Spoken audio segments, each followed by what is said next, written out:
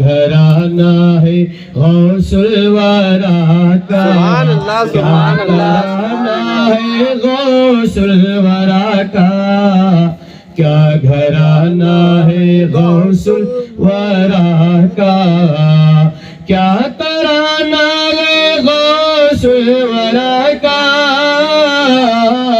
کیا گھرانہ ہے غوث الورا کا، جن کے تلووں کو چومے فرشتے، جن کے تلووں کو چومے فرشتے، ہاں وہ نانا ہے غوث الورا، جن کے تلووں کو چومے فرشتے، ہاں وہ نانا ہے غوث الورا کا، کیا ترانہ ہے غوث الورا کا، کیا گھرانہ ہے غوث الورا کا، جا کے دربار میں دیوانوں، آ کے محفل میں سن اے دیوانوں، جا کے دربار میں دیوانوں،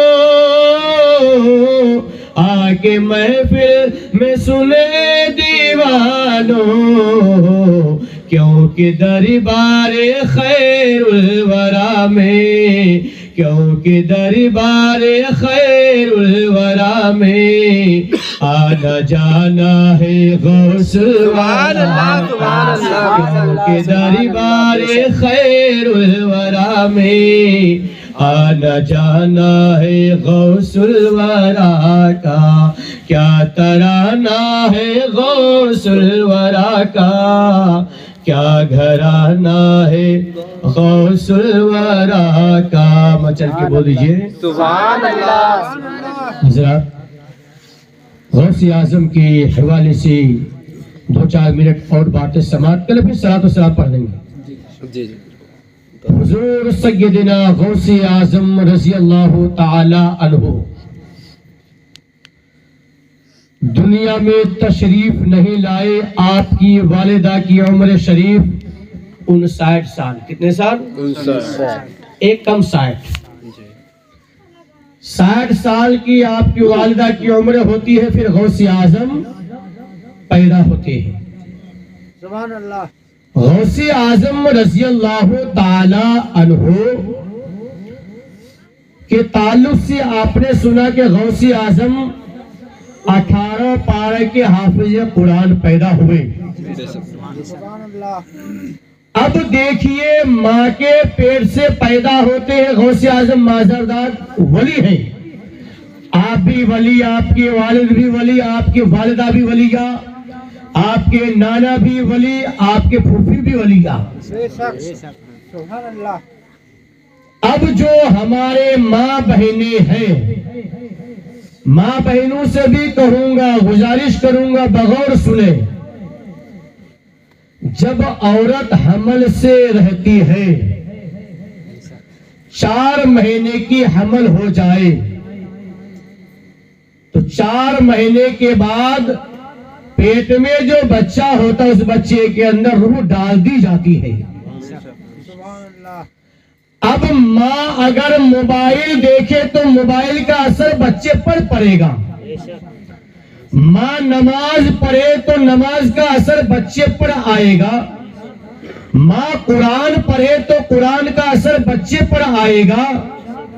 تو ماں بہنوں کو چاہیے کہ اگر ہمارے بچے ہمارے وفادار ہو، ہمارے باتوں کو مانے، ہمارے باتوں پر چلے اور سچا پکا عاشق رسول بن کر کے زندگی گزارے، تو ہماری ماں بہنوں کو چاہیے وقت پر نماز کی پابندی کرے، قرآن کی تلاوت کرے، نبی پر درود و سلام پڑھتے رہے، اور اگر چاہتی ہے کہ ہماری اولاد نافرمان ہو، گنڈا ہو، بدماش ہو، تو پھر یہ سیریل، ٹی وی، موبائل دیکھیں گے تو بچے نافرمان ہی پیدا ہوں گے۔ یہ اثر ہے۔ غوث اعظم رضی اللہ تعالیٰ عنہ پیدا ہوتے ہیں اور استاد کے سامنے 18 پارہ سنا دیتے ہیں۔ غوثی اعظم رضی اللہ تعالیٰ عنہ کے تعلق سے یہ بھی واقعہ ہے، ایک عیسائی لڑکی غوثی اعظم سے محبت کرنے والی تھی، غوثی اعظم سے محبت ہے، دل و جان سے محبت کرتی تھی۔ وہ عیسائی لڑکی جوان ہوئی، جوان ہونے کے بعد اس لڑکی کی شادی کی تاریخ طے ہوتی ہے۔ اب وہ دلہن بننے والی ہے، کچھ دیر کچھ لمحہ باقی ہے، دلہا گھر سے نکلتا ہے، جیسے ہی آدھا راستہ عبور کیا، پار کیا، اور پھر جانور نے حملہ کر دیا یا ڈاکوں نے مار دیا۔ اب اس دلہے کا انتقال ہو گیا یا قتل کر دیا گیا۔ کچھ لوگ دوڑے دوڑے آئے اور خبر دیا، لڑکی کے باپ سے کہا کہ اب تمہاری لڑکی دلہن نہیں بن سکتی، یہ اباگر ہو گئی، اس لیے کہ وہ دلہا کو مار دیا گیا، قتل کر دیا گیا۔ قربان جائے، باپ نے لڑکی سے کہا، لڑکی کہتی ہے میں نہیں مانتی، اس لیے کہ میں اس نبی کے گھرانے کی اولاد سے محبت کرتی ہوں جو تمام ولیوں کے سردار ہیں، پیرانے پیر ہیں، روشن ضمیر ہیں، غوثی اعظم ہیں۔ مسلمان لوگ اسے بلاتے ہیں مدد کے لیے، اس کی مدد بھی فرماتے ہیں، میں بھی ان سے محبت کرتی ہوں، میرا دھرم بھلے الگ ہے۔ قربان جائے، باپ نے کہا بیٹی اب کچھ نہیں ہو سکتا، اس لیے کہ وہ مر چکا ہے۔ وہ لڑکی کہتی ہے کچھ دیر ٹھہرو، میں غوثی اعظم کی بارگاہ میں جاتی ہوں۔ عیسائی لڑکی ہے، وہ جاتی ہے غوثی اعظم کی بارگاہ میں، جانے کے بعد عرض کی حضور میں عیسائی ہوں لیکن میں آپ سے محبت کرتی ہوں، عقیدت رکھتی ہوں، مجھے الفت ہے، محبت ہے، لیکن میری آس بھی ہے، میری تمنا بھی ہے، اور میرا یقین بھی یہی ہے کہ آپ یعنی کہ ہونے والے میرے دلہا کو زندہ فرما دیں گے۔ اگر آپ نظر کرم نہ فرمائے تو میں ابھاگر ہو کر کے رہ جاؤں گا۔ قربان جائے، تاریخ گواہ ہے۔ غوثی اعظم فرماتے ہیں چلو بیٹی چلو، ساتھ میں چلتے ہیں، اور پھر غوثی اعظم اسی مردے کے قریب جا کر کے کہا تم بے اذنی میرے حکم سے اڑ جا۔ اتنا کہنا تھا، وہی لڑکا جو دلہا بن کر کے آ رہا تھا فوراً زندہ ہو کر کے کھڑا ہو گیا۔